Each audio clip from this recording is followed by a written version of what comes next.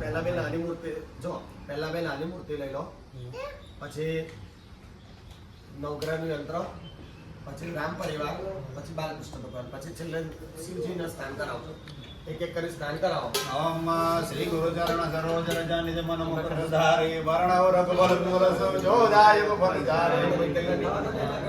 बुद्धे नलन जान के सुमिरो कुमार बल बुद्धि विद्या देव मोहि सर्व क्लेश विकार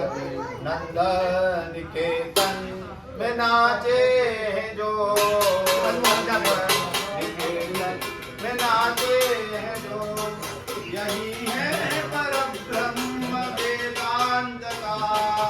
नंदन निकेतन में नाचे जो नंदन निकेतन में नाचे